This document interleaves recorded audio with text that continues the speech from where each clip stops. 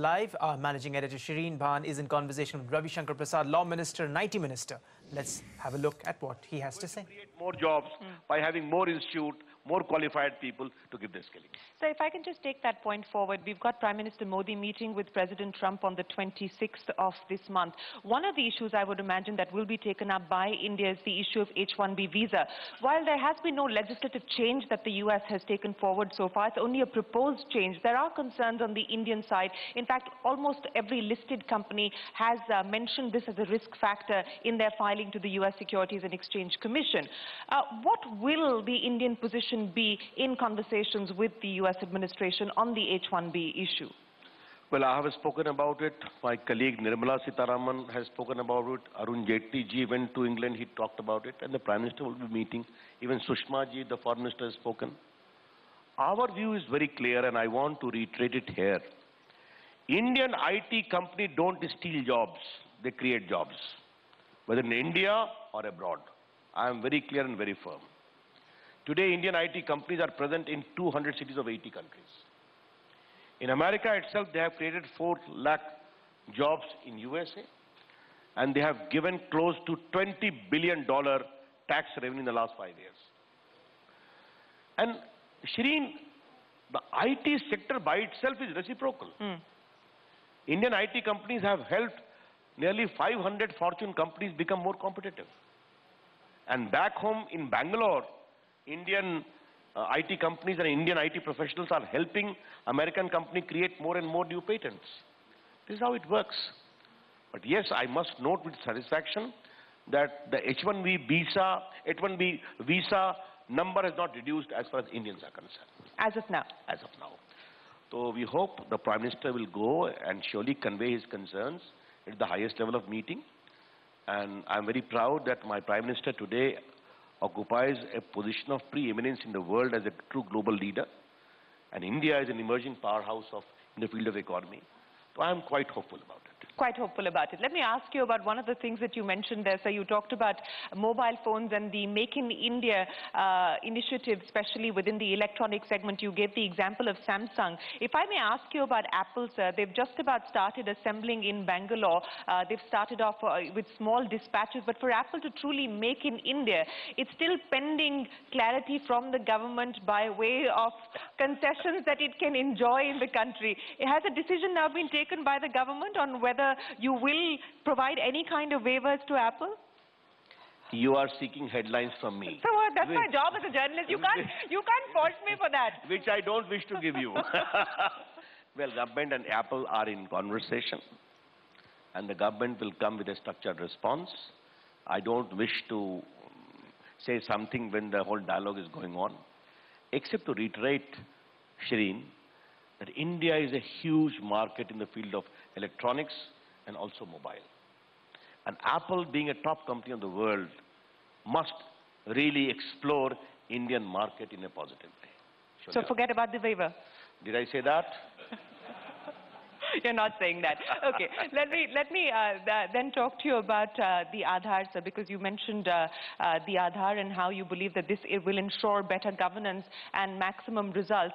There are different interpretations of the Supreme Court order, sir. Does that partial stay bring in any kind of impediments at all as far as the government's plans for Aadhaar are concerned? Not the least. First of all, the Supreme Court has upheld the constitutional validity added under section 139, that's right, that your PAN card must be wedded to Aadhaar. And this is to ensure, again, good governance, so that people having PAN card do not get involved in various kinds of activities which are not desirable. I don't want to say it here. We know what is happening. Just, ladies and gentlemen, in response to our query, Nitin Gadkari ji and we decided to merge driving license with Aadhaar.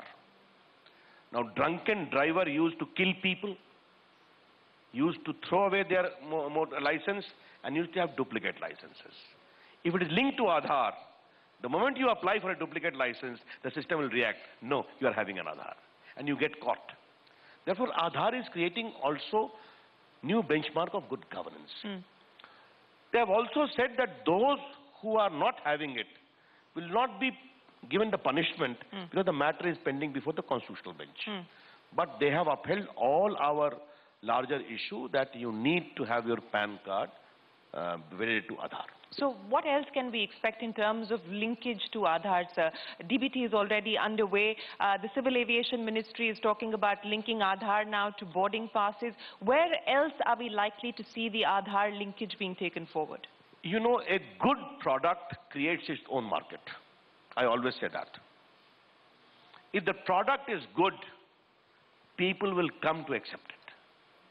And today Aadhaar is safe, Aadhaar is secure.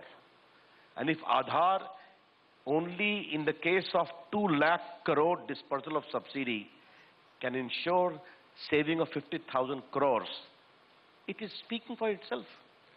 And ladies and gentlemen, don't forget, this 50,000 crore is our money, taxpayers' money, which was going into fictitious pockets. That's how I see it. I am not going to insist upon it, but yes, Aadhaar being an important platform for delivery of services, it is entirely for the concerned ministry. I understand. Take the case of the SIM card. How much of paper used to be wasted in the paperwork? Now, Aadhaar, quick dispersal of SIM, you save human resource time, you save paper, you save business time, you ensure profitability. This is how technology helps. So speaking of technology and governance, you know, everyone's waiting now for the 1st of July with the GST rollout on the anvil. I'm sure you've been getting updates from the GSTN as well. You've obviously been looking at the back end. There are concerns on the GSTN being able to cope with the kind of traffic that is expected on the 1st of July. We haven't really seen any full-scale trials. What is the latest update that you've been given from the GSTN? If the finance minister is saying about it, if the Revenue Secretary is sanguine about it, why should we doubt about it? Well, Shireen, let me tell you very frankly, we Indians must stop doubting our own abilities. And stating here, I need to salute the Indian IT entrepreneurs that they kept the flag flying all over the world. Therefore, at least now we must learn to trust our own potential, capabilities and ability. Speaking politically, what is the biggest success of GST? In a country of so much of competing political interest, today from Mamta ji to Nitish Kumar to Lalu Prasad to Mulayam Singh Yadav to Akhilesh Yadav, all are on board on the need to have GST. That's how we undertook a dialogue. Therefore, if by political management we can manage the country politically, technological management will not be a problem. Okay? Okay. All right. Well said, Mr. Prasad.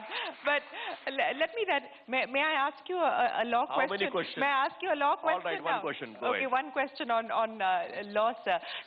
There's a Supreme Court judgment that was out a short while ago, which says that the economic rationale must be considered, that the court must, while observing and while pronouncing its judgment, think about job losses, the impact as far as the exchequer is concerned, and so on and so forth. Does that give you comfort? Does that give you confidence that perhaps things like we saw with this Supreme Court order banning liquor vends, which has created all kinds of confusion, etc., that this will perhaps clear the air, at least on some of these issues? Well, I have not examined that judgment, therefore I cannot make any comment. But since you flagged that issue, there is not only one. With my legal experience, I can tell you, there are umpteen judgments of Supreme Court which says policy making must be left to those who are entrusted to make policies. Economic issues must be left to the judgment of those who manage the economic issues. The reason is very simple, Shini.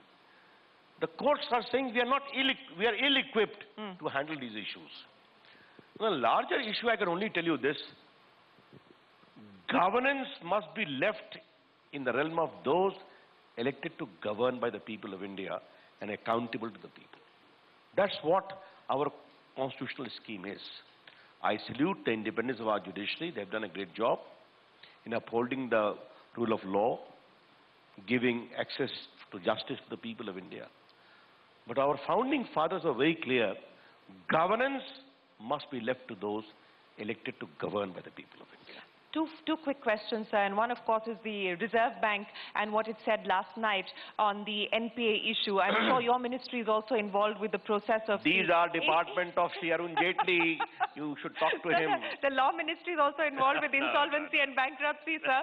So how confident do you feel that this process that has now been initiated will reach its conclusion? Shireen, I would respond to your query in a larger question of how government governs. We are coming with structural changes to address the concerns of NPA. RBI is important. The need for redressal of NPA problem is equally important. The firmness of the government is equally important. Therefore, by making the amendments in law, you remember that the whole bankruptcy code came about earlier. Other laws were there. Now we have also coming with the ordinance where RBI has also been empowered to initiate action. You know it very well. We work like this. Narendra Modi government is a government which believes in institutional improvement and institutional correction. And when the institutional improvement and institutional correction comes about, where the rule of the game is applied without discrimination, then good governance follows the course. My final question, and I come back to a point that you talked about when you were speaking. Last question, sir, last question. You said that you feel the pain of the PSUs because of everything that they have to go through. Your government has now embarked on a strategic divestment program. So far, we haven't seen a takeoff yet, but maybe Air India could be the first that will proceed forward. I'm sure your ministry is being consulted on a lot of these issues related to strategic divestment. How confident do you feel that we're going to be able to get this off the ground soon, sir? Again, this is a larger question. I again mention why PSUs and government departments, because of the constraints under which they work. There is an attempt to completely belittle their contribution. In that context, I said. But I never support non-performing assets, even in PSUs. Be very clear about it. Because ultimately, it is the public money which is involved there. If an entity is suffering a loss of 40,000 crore or 50,000 crore, it's the public money which is there, taxpayers' money. I think leave it to the concerned department which are working on. Again, we believe in institutional corrections in any field of governance. And some of the observations which you have heard about is only in that regard. You please await for appropriate time for answer from the appropriate minister. Okay? New Attorney General? I think digital future does not involve the appointment of new Attorney General. Okay? All right. Ravi Shankar Prasad, always a pleasure, sir. Thank you very much for joining us here on CNBC.